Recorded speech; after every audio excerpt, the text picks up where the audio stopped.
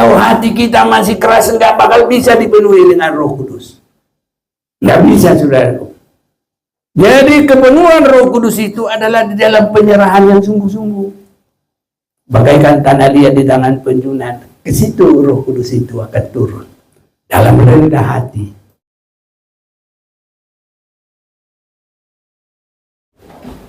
Puji Tuhan, kita bersyukur kepada Tuhan.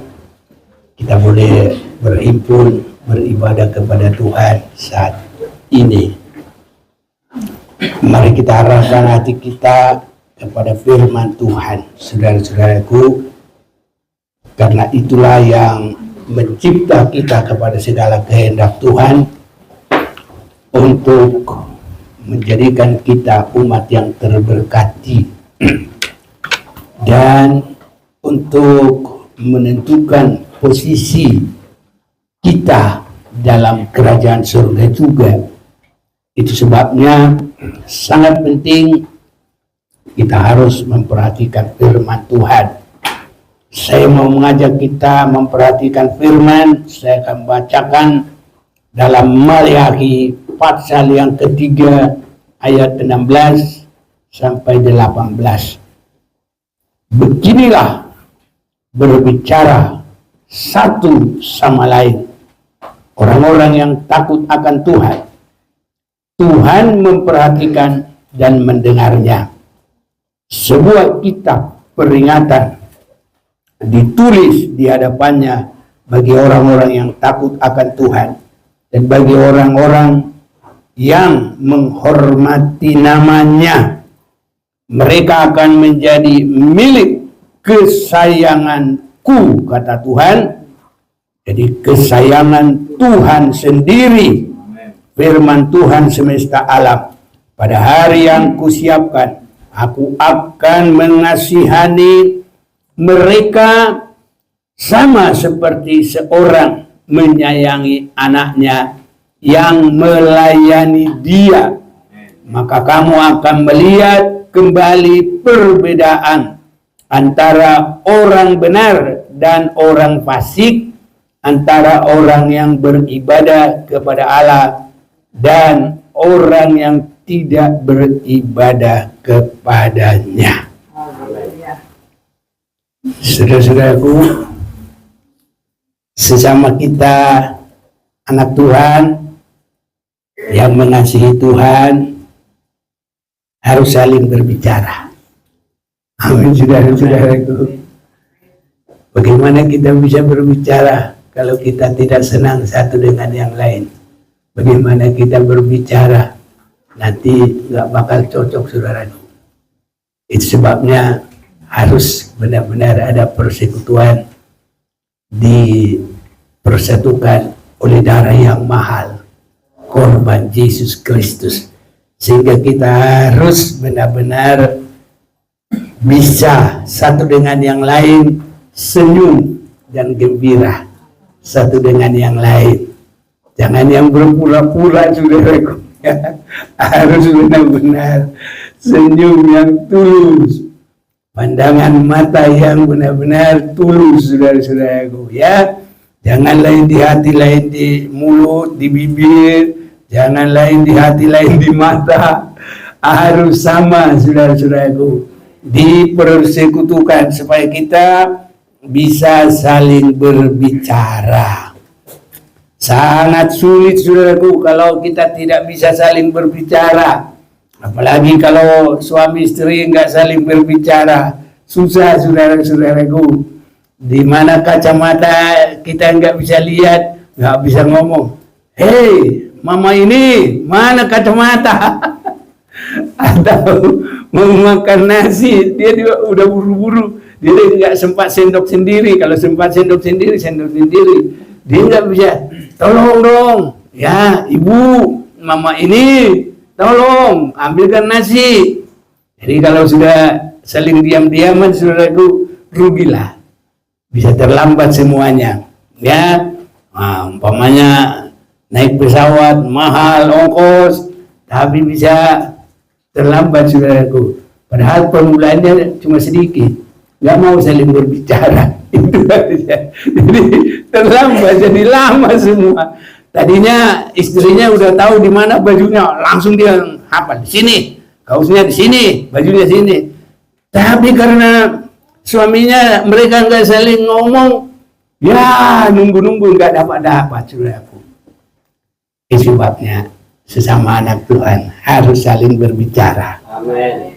Saya bukan suruh-suruh, tapi ini Tuhan yang suruh. Haleluya. Beginilah berbicara satu sama lain. Nah, ini orang-orang yang takut akan Tuhan. Tuhan memperhatikan dan mendengarnya. Sebuah kitab peringatan ditulis di hadapannya bagi orang-orang yang takut akan Tuhan dan bagi orang-orang yang menghormati namanya.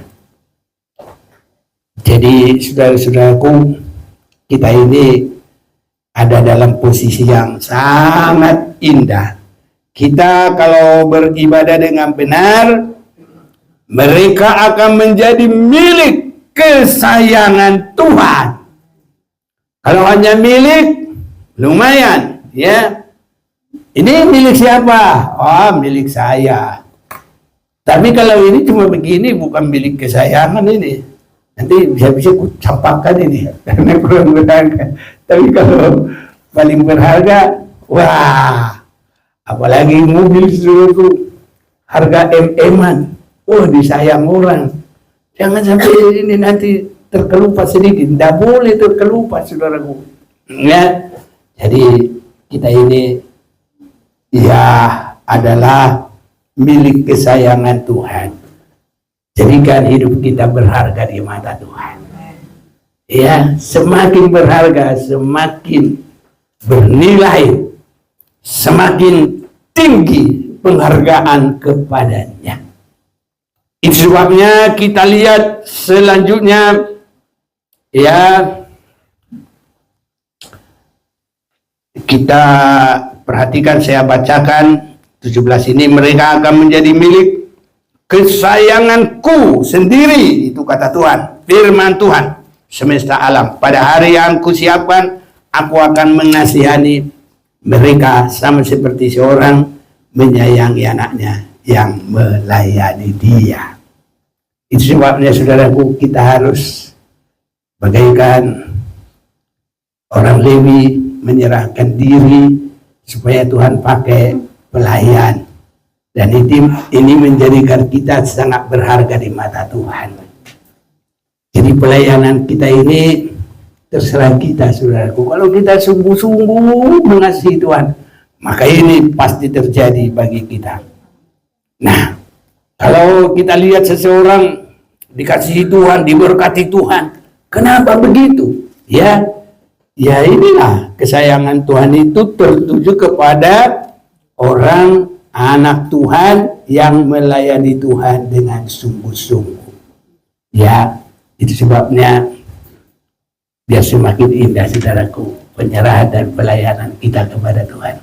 Semua kita bisa melayani. Loh, saya ini ibu-ibu kan nggak bisa ngapa-ngapain. Loh, siapa bilang? Kadang di dalam kaos kaki ada jari kaki yang paling kecil. Udah paling kecil lagi, paling bawah lagi, dibungkus lagi pakai kaos kaki, nggak kelihatan, nggak apa-apa. Tapi coba kakinya itu ya kena potong bulat, saudaraku. Aduh, semua badan ini sampai ke kepala nyut-nyutan. Betul apa enggak kira-kira? Tapi jangan coba-coba sakit hati. Nggak usah lah pakai sakit hati. Kita sakit kaki, ya. Jangan sakit kaki, sakit hati. Dua-duanya lah, ya. Saudaraku, jangan ada yang sakit. Kita sehat semuanya. Nah, jadi posisi kita itu adalah bagaimana kita sungguh-sungguh menyerahkan diri untuk melayani Tuhan. Karena itu perhatian Tuhan kepada kita. Baru selanjutnya ada perbedaan orang benar dan orang fasik. Orang benar itu tidak mau berbuat salah.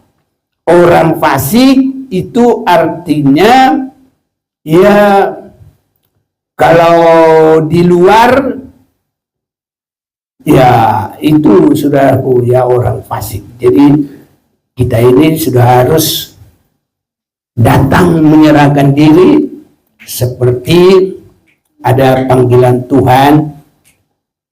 Siapa yang mau berpihak kepada Tuhan, maka seluruh orang Lewi mereka datang berpihak kepada Tuhan. Jadi kita tidak akan sama lagi dengan dunia.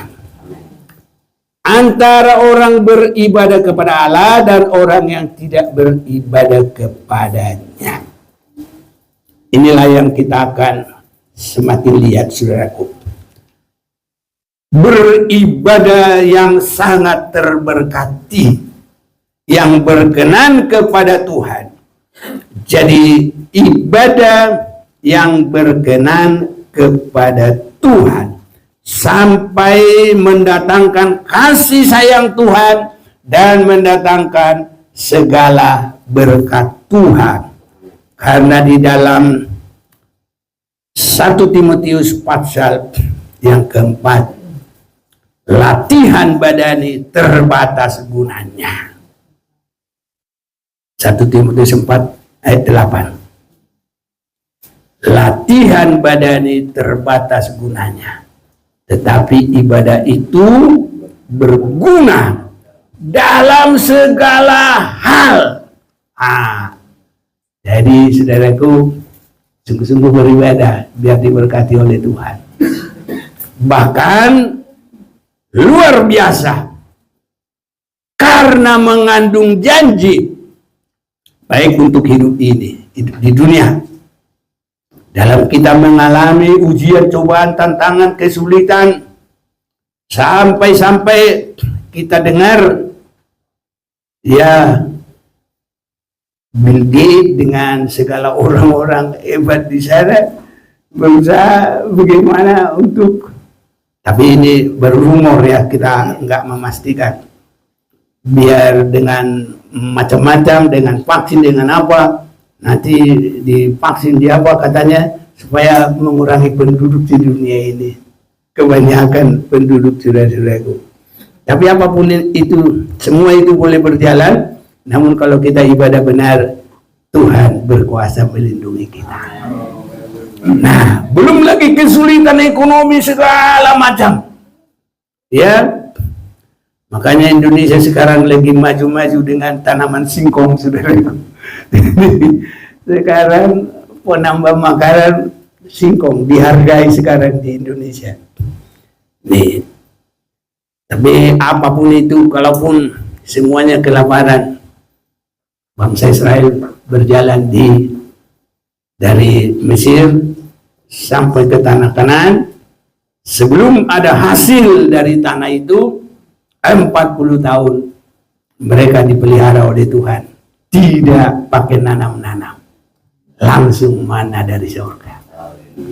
Kita yakin, saudaraku, ibadah itu mengandung janji baik untuk hidup ini, di sini, sampai benar-benar kita menang dari iblis.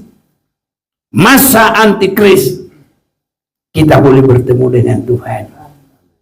Dan hari yang kita rayakan sekarang ini masih hari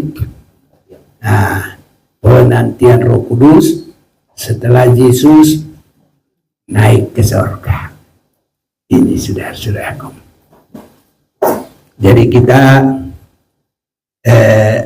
akan memperhatikan, ya, permulaan ibadah kita. Semua harus terarah kepada Yesus. Sebab ibadah yang benar, ibadah yang berkenan kepada Tuhan, semua harus terarah dan berpondasi kepada Yesus Kristus.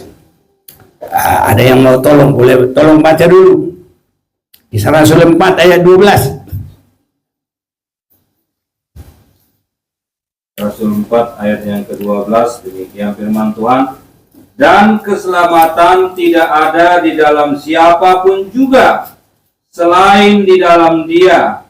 Sebab di bawah kolong langit ini tidak ada nama lain yang diberikan kepada manusia yang olehnya kita dapat diselamatkan.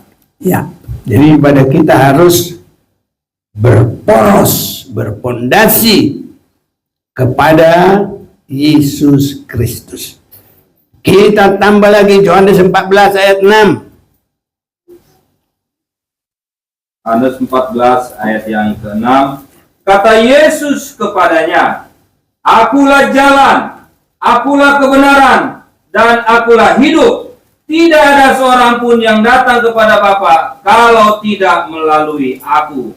Nah, jadi kalaupun ada orang berkata untuk menggoda hati kita, jangan bergeser dari pengharapan kepada Kristus. Nama satu-satunya yang di dalamnya kita selamat hanya di dalam nama Yesus. Karena itu nama yang diberikan dari surga. Malaikat berkata kepada Maria, engkau akan melahirkan, engkau akan memberikan namanya Yesus. Jadi nama Yesus itu nama dari surga, saudaraku. Dan di dalam Yohanes itu adalah juga disebut nama Tuhan. Ya, kita tidak terlalu jauh ke situ dulu. Jadi apapun kata manusia, Yesus satu-satunya juru selamat, Yesus satu-satunya jalan. Tidak ada yang sampai kepada Bapa tanpa melalui Dia. Kalau orang mau berkata apapun, silakanlah. Tapi itulah Alkitab kita yang sudah ada sebelum agama-agama lain ada, saudaraku. Dulunya ada agama kebiasaan-kebiasaan, tapi yang sudah benar-benar nyata kuasa Tuhan, ada kitab sucinya, ada pengalaman kita. Nah, kalau nanti suatu waktu saudara-saudara ya diperkenankan Tuhan, ya semuanya boleh melihat istilahnya napak tilas, ya baiknya kita sama-sama lah pergi. Kalau mau kumpul-kumpul dulu, saudara. Jadi kita sama-sama supaya yang ibadah di sini nanti kita saling berbicara, ya kan? Kita bicarakan semua tentang perbuatan-perbuatan yang ada di sana, mulai dari kelahiran Yesus. Ini tempatnya, cuma ini sekarang sudah dipugar, tapi dulu ya beginilah. Nah, itu di Bethlehem. Nah, kalau Tuhan tolong kita bisa lihat. Jadi apa yang kita imani ini ada buktinya semua, ada dalam Alkitab, tidak salah. Dan kalau kita imani dengan sungguh, bisa kita rasakan tanpa kita ke sana. Haleluya. Berbahagialah yang percaya walaupun tidak melihat. Haleluya. Tapi kalau ada duit ya lebih baik. Kalau mau, ya mana tahu. Ini saudara-saudaraku. Jadi harus berporos kepada nama. Jadi Yesus itu nama di atas segala nama. Dan setelah dia selesai melakukan pekerjaannya, nanti kepada nama itu segala lutut bertelut, segala lidah mengaku. Segala lidah mengaku, segala lutut bertelut. Saya balik-balik, tapi nggak bingung kan? Itu juga. Segala lidah mengaku, segala lutut bertelut. Tapi kalau saya salah ngomong, segala lidah berlutut, protes. Nggak bisa. Ya, karena lidah itu adalah untuk membawa kita berbicara dan mengaku, saudara-saudaraku. Ya, jadi segala lidah mengaku, segala lutut bertelut kepada nama Yesus. Haleluya. Haleluya. Itu harus terjadi. Itu sebabnya ibadah kita harus benar-benar berporos, berpondasi kepada Yesus. Dia adalah batu penjuru. Dia adalah tempat kita dibangun dengan kokoh. Baiklah, kita mulai membaca, saudaraku. Kenapa kita beribadah hari Minggu? Kan yang lain ada yang hari Sabtu. Ya bolehlah. Ya, kalau menurut ini itu kata orang, ya boleh. Tapi kalau kita harus berpondasi kepada Yesus. Jadi sudah dimulai dari para orang-orang dulu dalam Yohanes pasal yang ke-20, ini kebangkitan Yesus. Pada hari pertama minggu itu, pagi-pagi benar, ketika hari masih gelap, pergilah Maria Magdalena ke kubur itu dan ia melihat bahwa batu telah diambil dari kubur. Dalam ayat yang lain, saudaraku, berkumpullah murid-murid itu untuk memuji Tuhan pada minggu pertama. Jadi, kenapa kita beribadah hari Minggu? Itu berporos mengingat kebangkitan Yesus Kristus. Haleluya. Kalau kita ada ibadah lagi, ini ibadah dia yang semua ibadah itu sama. Tapi ibadah Minggu adalah ibadah permulaan bagi orang Kristen.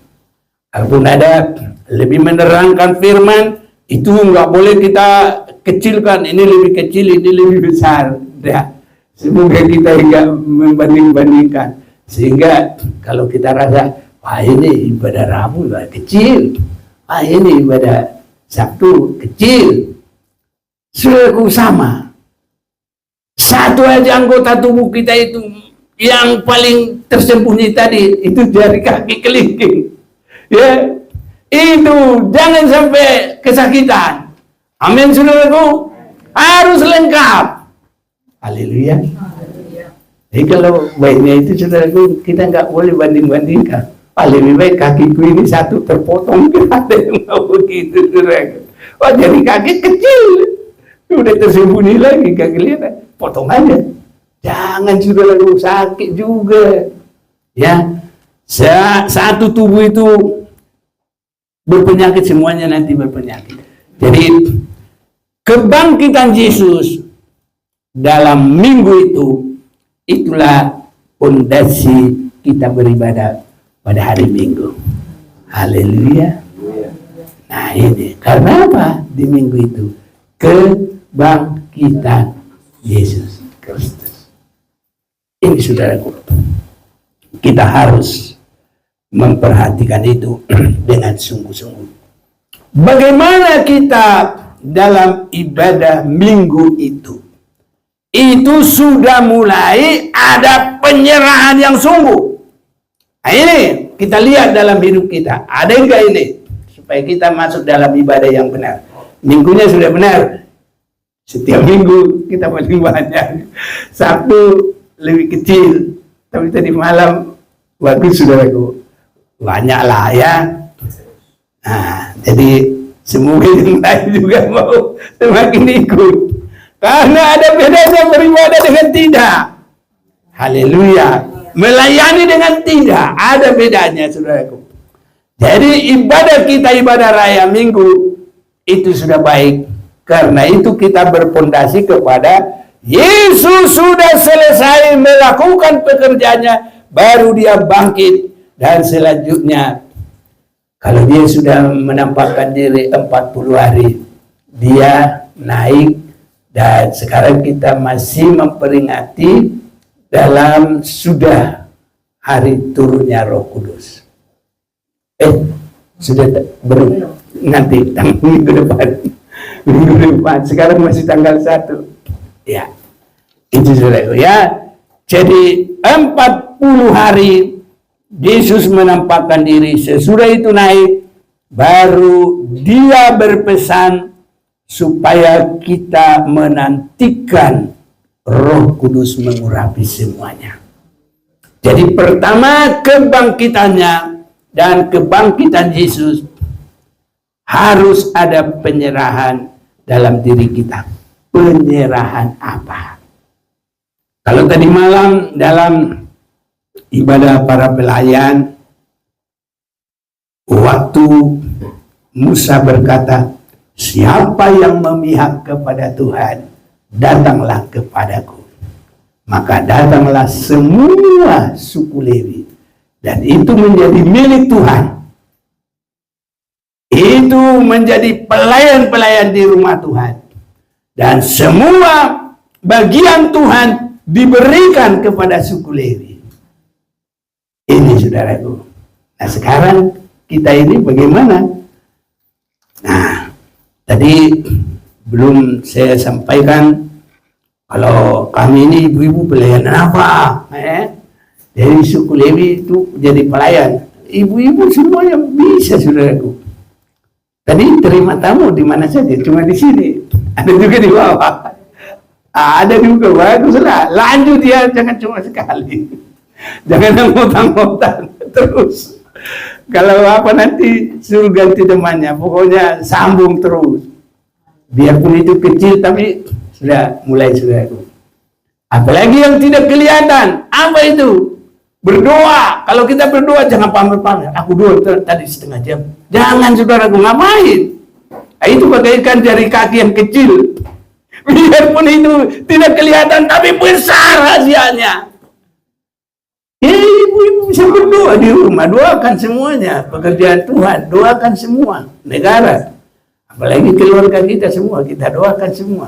Jadi bukan berarti nggak ada pelayanannya, semua punya pelayanan. Haleluya. Cuma kita ini mau apa enggak? Ibu-ibu bilang sama dirimu, aku mau berdoa setiap satu hari 1 jam. Haleluya. Kalau mau, iya, ini sudah itu. Karena ada perbedaan yang melayani dengan tidak. Jadi kita kalaupun melalui rumah kita bisa melayani dengan doa. Haleluya. Jadi nggak boleh berkata, aku nggak ngerti pelayanan. Lah, ya itu di rumah bisa berdoa. Haleluya. Mana yang paling tua kita? Ibu Tambungonon, ngerti ya ibu ya? Ada pelayanan ibu. Semua ada, nggak ada yang tidak. Boleh kok. Nah, dan pelayanan itu harus yang terbuka, berporos kepada karena kita mengasihi Yesus yang sudah mati bagi kita. Jadi ibadah kita berpondasi kepada kebangkitan Yesus itu di hari Minggu, makanya kita beribadah hari Minggu. Hari-hari lain, itu kan sambungannya Minggu. Karena di Minggu itu belum tentu semuanya harus disampaikan. Ya diperdalam lagi hari Rabu. Haleluya. Ya ditambah lagi dengan ibadah Sabtu. Itu saudaraku, bukan berarti karena nggak hari Minggu lagi. Tidak, itu sambungannya. Masa pohon itu nggak boleh hanya batang doang. Doang ya. Hanya batangnya saja. Harus ada rantingnya. Sudah ada rantingnya, ada lagi rantingnya. Bisa-bisa nanti di situ baru ada buahnya. Betul apa enggak? Jadi jangan kita pikir kecil itu ibadah Rabu, kecil itu ibadah Sabtu. Enggak begitu saudaraku. Pohon itu harus semua lengkap. Haleluya. Ini saudara-saudaraku. Jadi di dalam ini tadi belum kita baca. Kita baca dulu arti daripada kebangkitan atau kebangkitan. Kebangkitan, kenaikan berbeda ya. Kebangkitan hari Minggu, kenaikan hari apa itu? Waktu kita rayakan hari Kamis. Ya, ini. Jadi kebangkitan saudaraku. Permulaan. Di dalam Kisah Rasul pasal 2 ini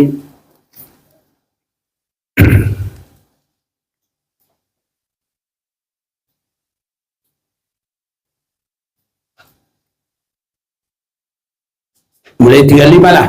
Duduklah di sebelah kananku sampai kubuat musuh-musuhmu menjadi tumpuan kakimu. Jadi seluruh kaum Israel harus tahu dengan pasti bahwa Allah telah membuat Yesus yang kamu salibkan itu menjadi Tuhan dan Kristus. Itu di dalam kebangkitan Yesus. Ya, dalam kebangkitan Yesus.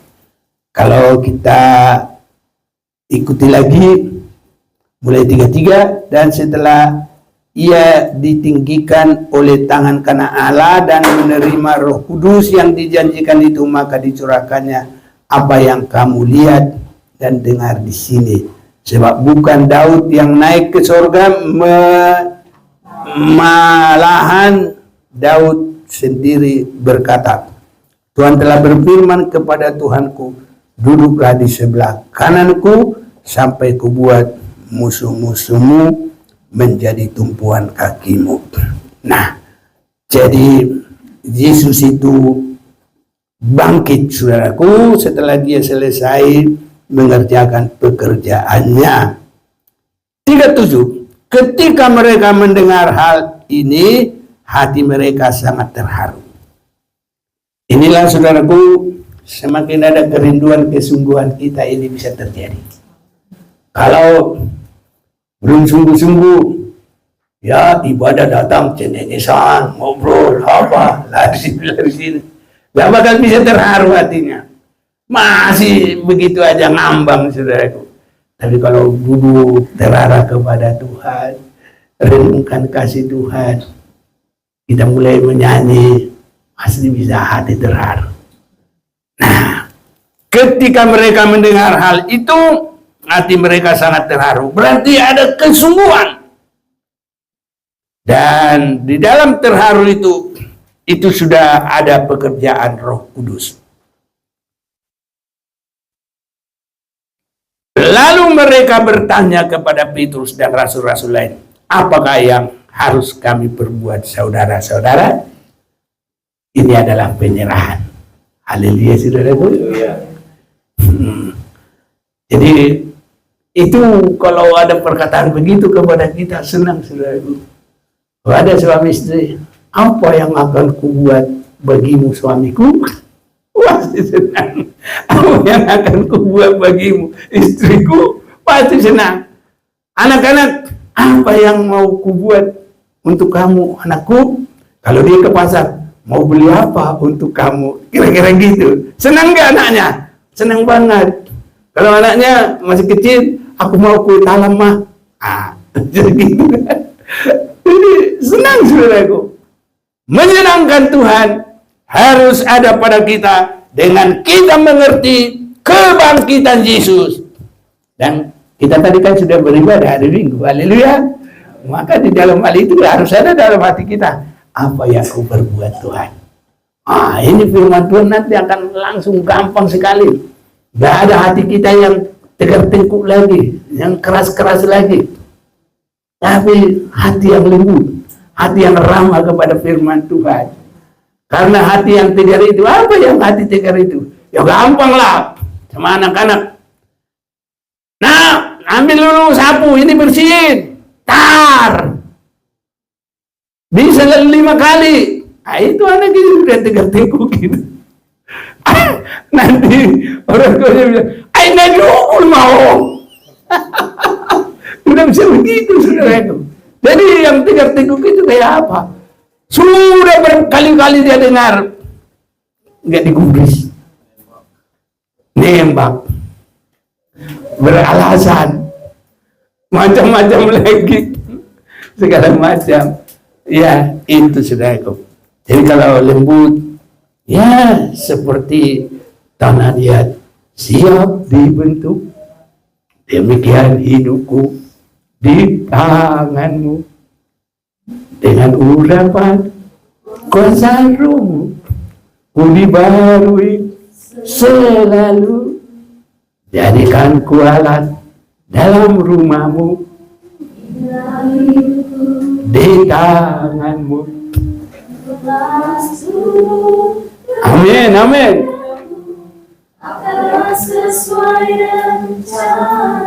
Amin.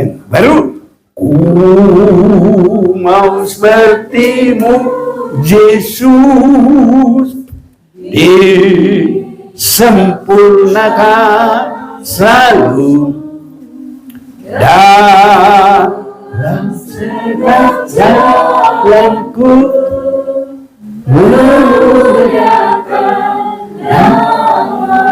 kalau ini selalu ibadah ke luar biasa. Maranatha kita bilang begitu, artinya kita semua bertemu kalau Yesus datang. Tidak ada yang ketinggalan.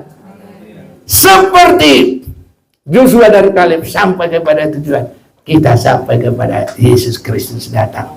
Semua kita ada di kerajaan 1000 tahun, dan selanjutnya kita ada di Yerusalem baru bersama Bapa di surga, Yesus Kristus dan Roh Kudus. Ini saudara-saudaraku.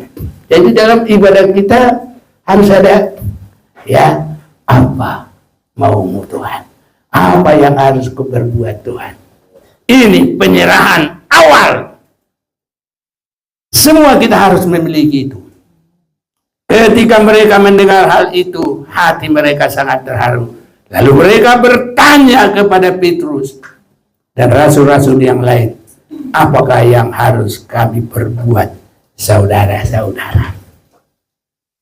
Seandainya saudara kurang mengerti mau berbuat apa, masih belum banyak yang mau bertanya apa yang kami harus lakukan.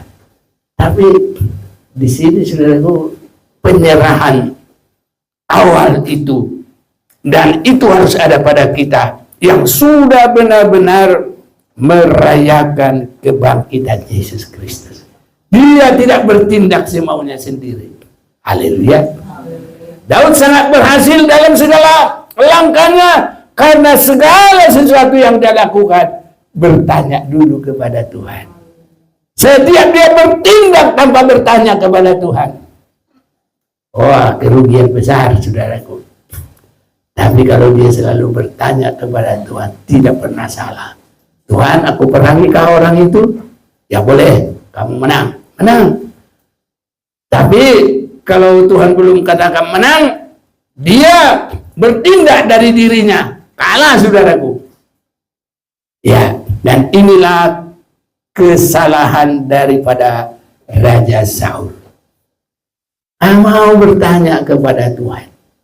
Jadi kita yang diberkati Tuhan dalam ibadah, pertama harus menyerahkan diri, menjadi bagaikan tanah liat di tangan penjunan.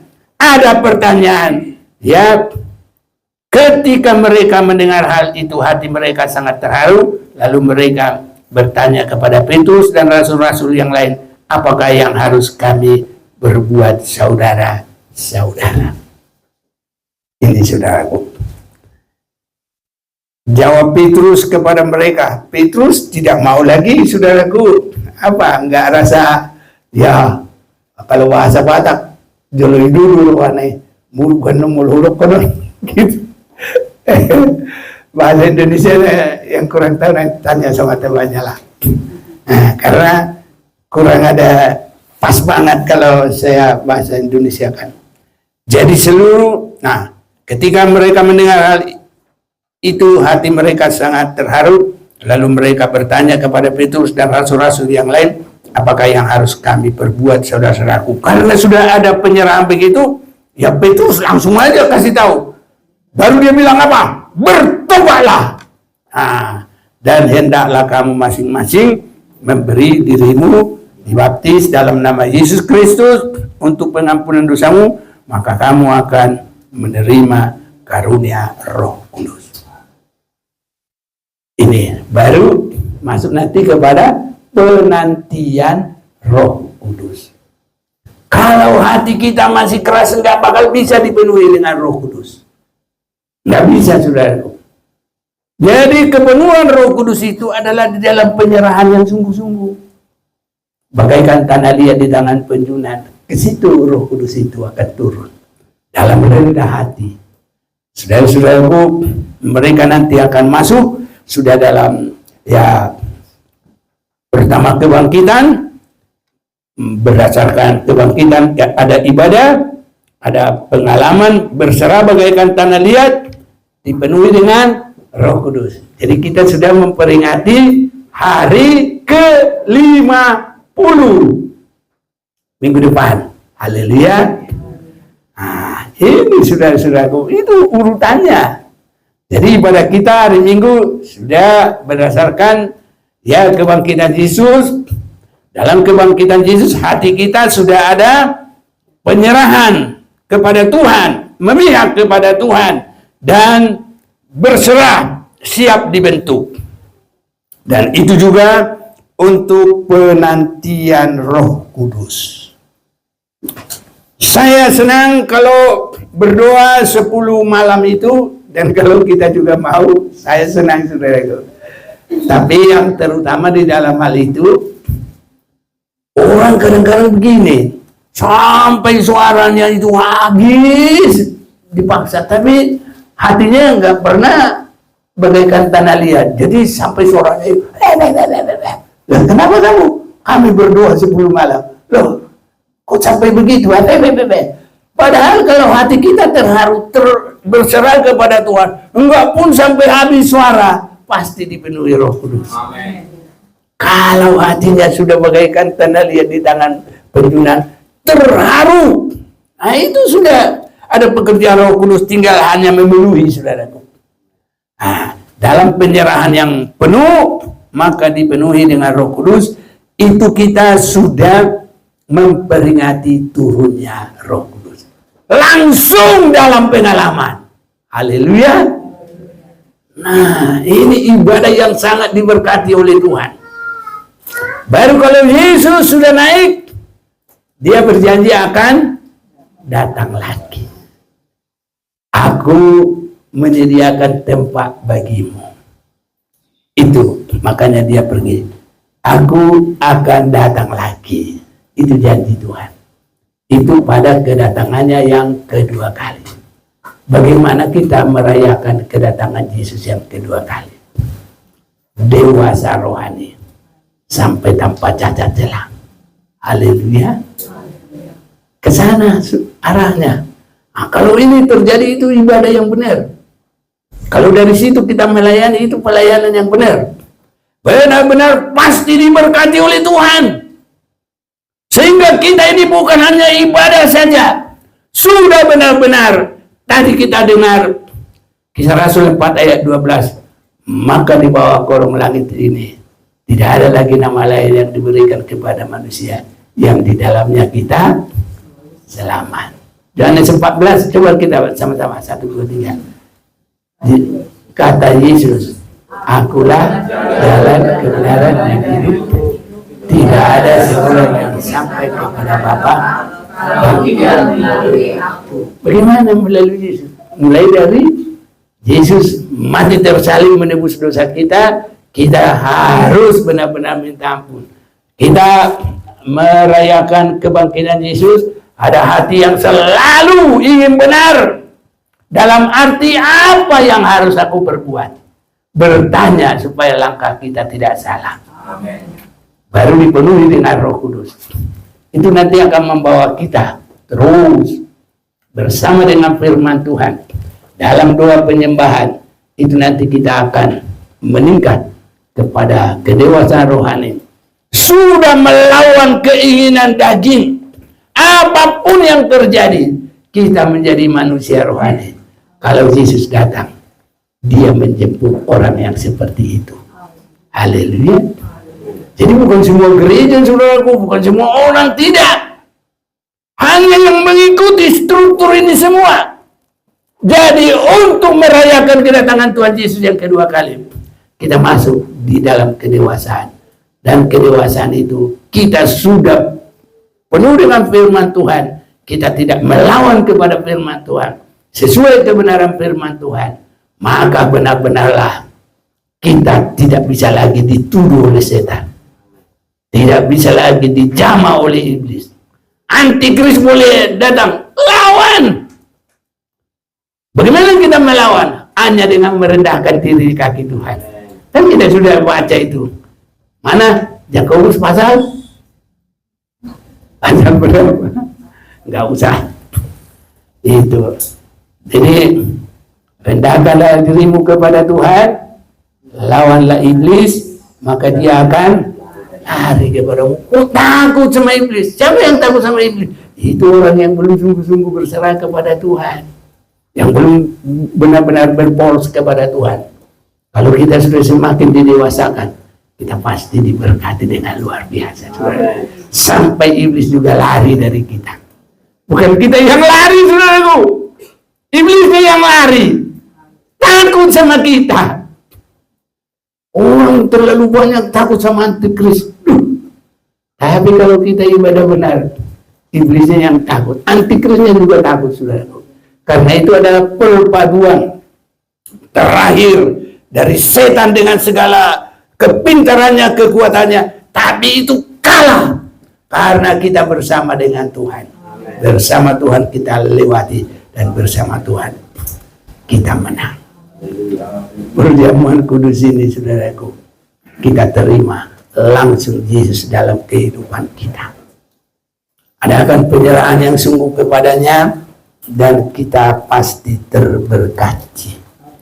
Mari kita mau datang kepada Tuhan.